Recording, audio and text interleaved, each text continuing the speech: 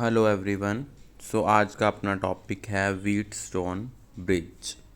हमने सेल्स इन सीरीज़ किया था, पैरेलल किया था, केसीएल किया, केवीएल किया, क्रिस्चॉफ्स करंट लॉ, क्रिस्चॉफ्स वोल्टेज लॉ, जिसको क्रिस्चॉफ्स लूप लॉ भी बोलते हैं।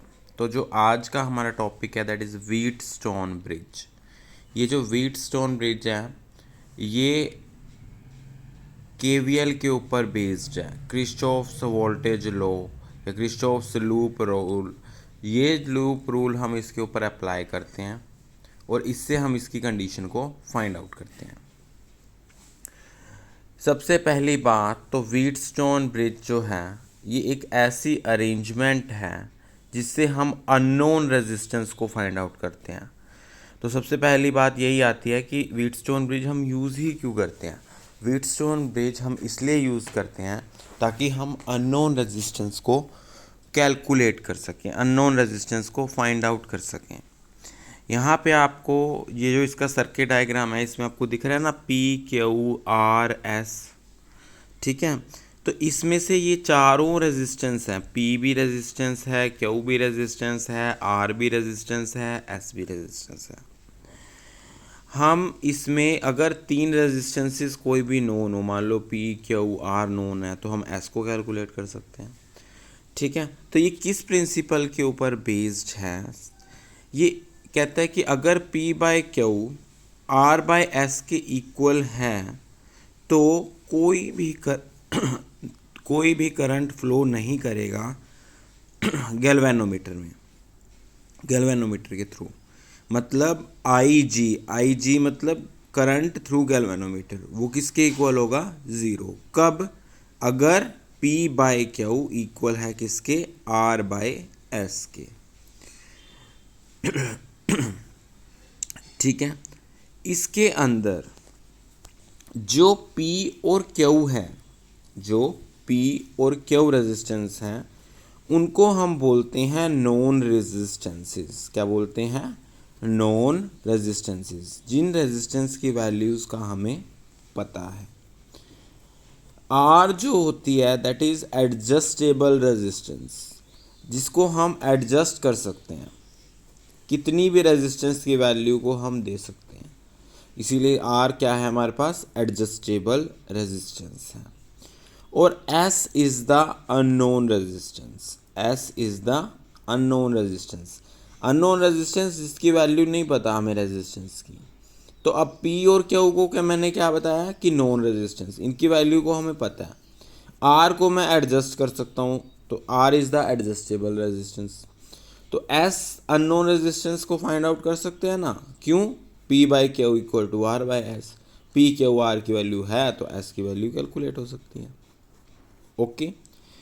अब इसको जो है, इस कंडीशन को हम प्रूफ कैसे करते होते हैं?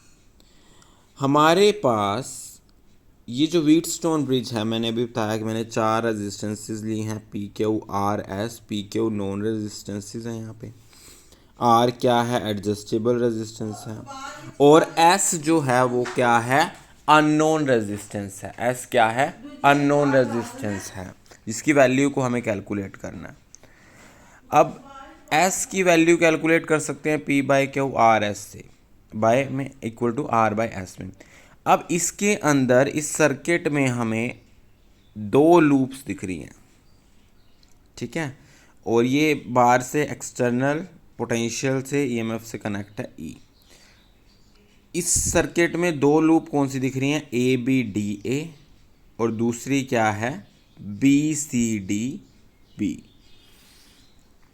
अब इसके ऊपर जब दो लूप दिख रही हैं तो इसके ऊपर हम क्या कर सकते हैं? अप्लाई कर सकते हैं KVL, क्रिस्चॉफ्स लूप लॉ या क्रिस्चॉफ्स वोल्टेज लॉ। तभी मैंने कहा था ना कि ये KVL के ऊपर भी बेस्ड है, क्योंकि दोनों लूप पे हम क्या अप्लाई करेंगे? क्रिस्चॉफ्स वोल्टेज लॉ या क्रिस्चॉफ्स लूप लॉ। उससे पहले अब हमें पता है वोल्टेज लॉ या लूप लॉ में हमें क्या होता है? Summation of V plus summation of E equal to zero. V हमें पता है किसके इक्वल होता है? IR के। तो यहाँ पे करंट भी तो फ्लो करवाना पड़ेगा। तो हमने EMF वहाँ से कितना करंट आ रहा है? I करंट मान लो आ रहा है। जब I करंट आ रहा है तो ए पॉइंट पे देखो, ए पॉइंट पे आई करंट आ रहा है, तो आई वन अगर पी की साइड चला गया तो आर की साइड क्या आ जाएगा, आई माइनस आई वन, क्योंकि टोटल करंट कितना आ रहा है आई, जिसमें से आई वन कहाँ चला गया, पी की साइड चला गया, तो आई माइनस आई वन ही बचा, तो वही जाएगा आर में। ठीक है, फिर देखो बी पॉइंट पे गैल्वेनोमीटर के अक्रॉस जो मैंने करंट की वैल्यू ली है दैट इज आई जी, और बी पॉइंट पे आई वन करंट आ रहा था, उसमें से आई जी करंट गैल्वेनोमीटर के अक्रॉस चला गया, तो क्यू रेजिस्टेंस के अक्रॉस कितना करंट फ्लो करेगा, आई वन आ रहा था, आई जी चला गया, तो I one minus I G, Q के अक्रॉस इतना करंट फ्लो करेगा। ठीक है, डी पॉइंट पे देखो, अब डी पॉइंट पे अब ए पॉइंट से जो करंट आ रहा है आर के अक्रॉस करंट है आई माइनस आई वन है, और आई जी करंट भी आ रहा है डी पॉइंट पे, तो टोटल करंट रेजिस्टेंस एस के करस्पॉन्डिंग कितना मिलेगा, that is I minus I one plus में आई जी। ओके, ये करंट, और टोटल करंट सी पॉइंट पे कितना मिलेगा, आई minus I one plus I जी जो एस के क्रॉस से आ रहा है, और क्यू के क्रॉस से आ रहा है आई वन माइनस आई जी, तो क्या हो जाएगा आई वन माइनस आई जी और minus I one plus I G cancel out, तो टोटल करंट कितना वापस जाएगा आई, तो आ भी कितना करंट रहा था आई, और वापस भी कितना करंट जा रहा है आई। बात समझ में आई, इसमें किसी को कोई प्रॉब्लम, अब तो इक्वेशन ही बनानी है, केवीएल करा रखा है, ये समझने की बात थी, समझ गए आई। ओके, अब इसके ऊपर केवीएल जब आप अप्लाई करोगे ए बी डी ए पे, ए बी डी और ए पे, इस क्लोज्ड मैश में जब अप्लाई करोगे तो इक्वेशन क्या बनेगी, आई वन पी माइनस का आई जी, जी के अक्रॉस जो रेजिस्टेंस नहीं है, अब यहाँ पे गैल्वेनोमीटर लगा हुआ है, गैल्वेनोमीटर का काम क्या होता है, मिनिमम अमाउंट ऑफ करंट जो फ्लो हो रहा है उसको कैलकुलेट करता है, तो आई जी इंटू जी और plus I minus I one into R equal to zero. एक और इक्वेशन भी बन सकती है यहाँ पे, क्या, अगर मान लो करंट जा रहा है तो plus P I one plus G I G minus I one into R equal to zero, तो भी वही हो जाएगा, अगर माइनस को एडजस्ट करूँगा तो दोनों तरीके से ही इक्वेशन बन सकती है और एडजस्ट हो सकती है। ठीक है, कहीं का आप कंफ्यूज हो जो, इसीलिए मैंने दोनों इक्वेशन बताई हैं आपको। सेकंड, एक ये तो एक मैश में हो गया, दूसरे मैश में कैसे करोगे अप्लाई, नेक्स्ट क्लोज लूप लोगे B C D B, B C D B में क्या करोगे, जब केवीएल को अप्लाई करोगे तो क्या हो जाएगी equation, minus I one minus I G into उसके अक्रॉस जो रेजिस्टेंस है that is Q plus I minus I one plus I G into S plus I G, और उसके अक्रॉस जो गैल्वेनोमीटर है that is capital G is equal to zero. ये भी KVL से क्या बन सकती है, इक्वेशन बन सकती है। तो जब, और अगर माइनस में दूसरी टर्म लेनी है तो एडजस्ट करके वो पॉजिटिव हो जाएगी, तो one and the same thing, कोई मर्जी मेथड से करो।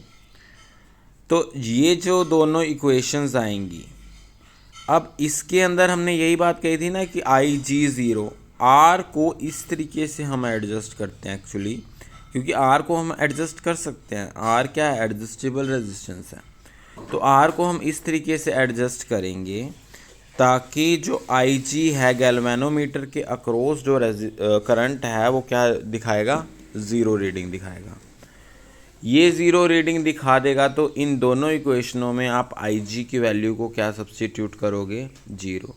जब आप इन दोनों वैल्यूज़ में आई जी करंट की वैल्यू को ज़ीरो पुट करोगे तो हमारे पास सिंपल इक्वेशंस बन जाएंगी।